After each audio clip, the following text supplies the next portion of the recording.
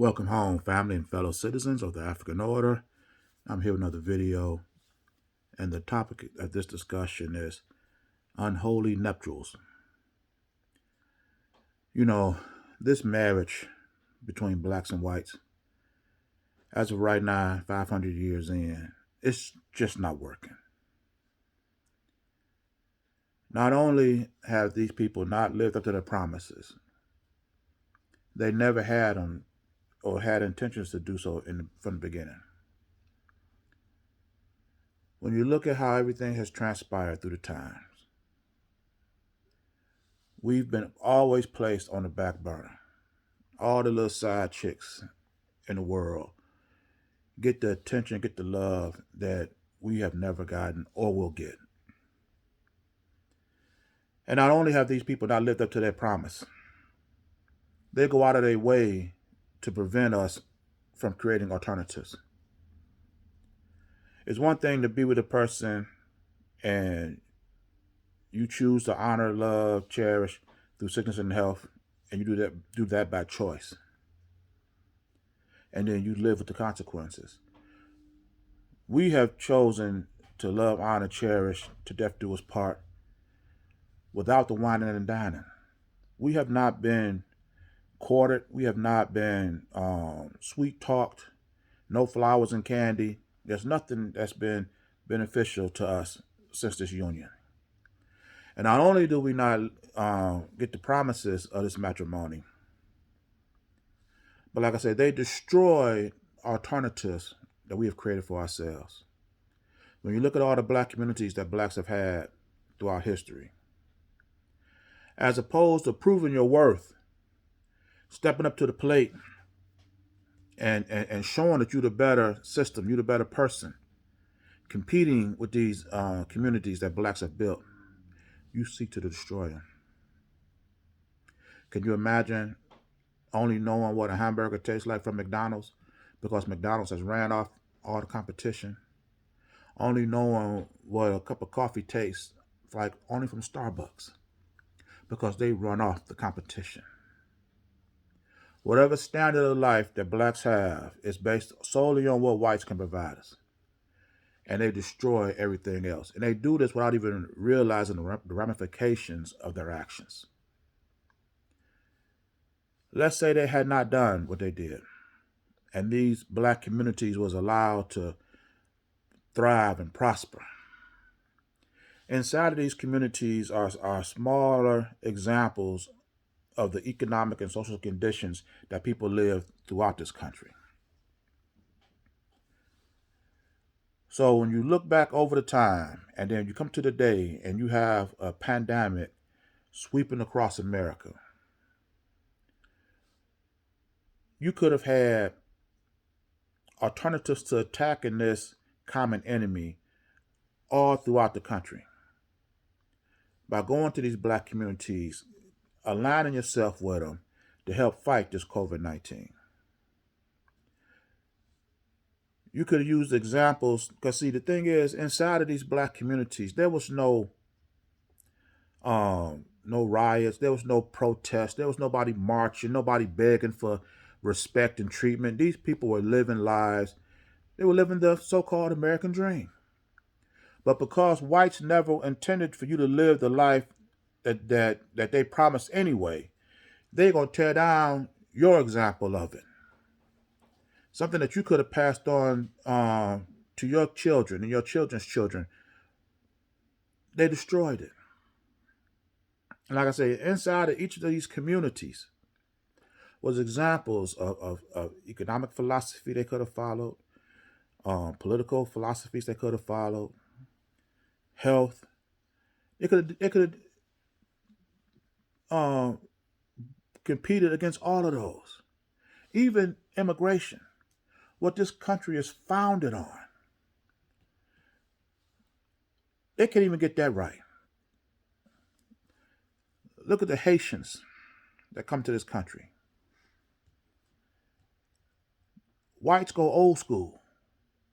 They pull out the horses and whips, something that you got civil rights leaders that's been fighting a fight for 50 years ain't never seen in their whole entire life.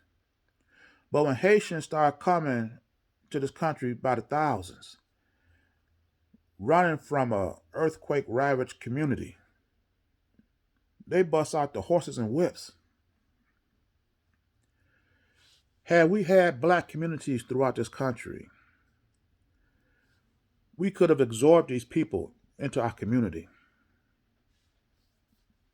and increased and strengthened our hold on our way of life. But because they don't have a better way to handle the Haitians and they destroyed alternatives, they're free to use this tactic on broad daylight on national TV. They know it's going to be worldwide global news. But because we have no alternative to go to, they're free to do it. This is why I've always said our salvation must be based upon us building our own independent, primary, essential businesses and industries. And I'm not talking about your mama or your auntie making peach cobbler and she ain't worked for Whitey in 10, 15 years. I ain't talking about your uncle or your daddy that's an electrician or a plumber. They ain't worked for Whitey. I'm not talking about that. I'm talking about building businesses and industries that all black people can go to so that none of them have to ever go to Whitey for this particular thing again. Until we start doing that, we're gonna this unholy marriage that we're in, we're gonna stay in it. And we can't keep letting these people tear down our alternatives because not only will they not let us leave, they're not going to leave us. And you know, one of the saddest parts about this Haitian situation, let me not get off that for too quick. You have Al Sharpton campaigning, holding a rally, welcoming Joe Biden into their national headquarters, supporting this man for president of the United States. And when you have Haitians coming over to this country, being attacked in the most dehumanizing method imaginable. When they asked Al Sharpton had he spoke to Joe Biden about this, his response was, I didn't speak to Joe Biden directly, but I spoke to the Attorney General. I spoke to the Secretary of this. No, that is not good enough. Not only are we last in every statistic that governs our quality of life, they are free to go old school on us. And not only are they using old school tactics against black people, we still responding with old school tactics. Begging, talking, running. I could not believe that. There's no way in the world, if I had the following that Al Sharpton has, that I could sit on national TV while my people are being accosted like this and tell them that I was not allowed to speak to Joe Biden. A person that you've been rallying, you couldn't, every time you open your mouth, you speaking Joe Biden. And now when they do this to your people, you don't get to speak to him. You get to speak to the substitute. When Joe Biden needs your help, he goes straight to the top. When James Clyburn endorsing this guy, pulled his campaign out the gutter, and then you turn around and this is happening to our people at the border, and the same people who you went to get your vote to put him in office, you don't got a direct line, you ain't got direct access to this person. This is why black people are still in this unholy marriage. Because your leaders are afraid of them. They're afraid to leave. They've been beaten so bad, they've been beaten so long, that the only existence they feel they can live is within their control. Because as long as you stay, you feel that they're not going to kill you. But the second that you think that if you leave and they catch you, They're going to kill. This is what battered women say all the time. When you ask them, well, why do you stay? If he's doing this to you, why do you stay? And the woman sat up there and said, we stay because we know if we leave, they'll kill us. That was a sad realization. And I see that every day. These Negroes will accept whatever abuse from whites that they will project onto us for fear that if they ever try to leave, they'll kill them.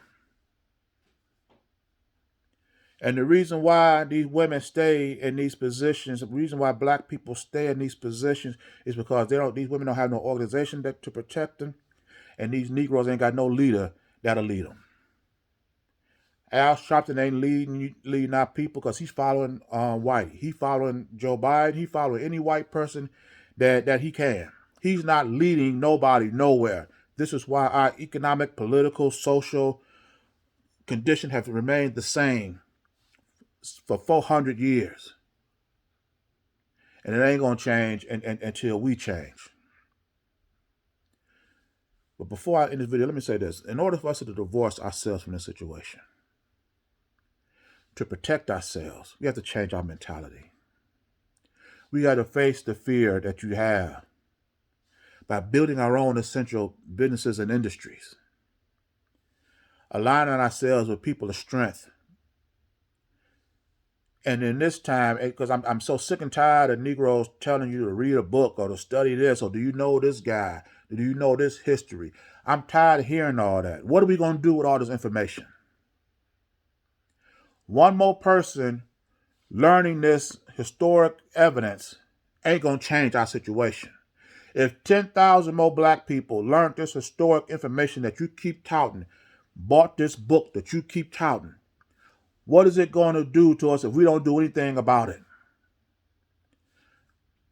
400 years living like this, 150 years beyond slavery, and we still today don't have not one essential primary business or industry to preserve and provide for our people? That's absolutely ridiculous. We can't divorce ourselves from this situation until we build our own. I mean, it's just as simple as that. And if white's not going to leave us, it is time for us to leave them. So, this is, when I see what's going on in this world, it is so frustrating and it's so hurtful because I know we have everything we need to build our own. Our children is our motivation to do it. If you're not going to fight for you, at least fight for them. I'm going to end this video here. And if you like this topic, please share it. And if you like this content, consider subscribing to this channel. And with this video, as with all my videos, it is for the complete liberation of my people. And I'll see you in my next message. Ashe.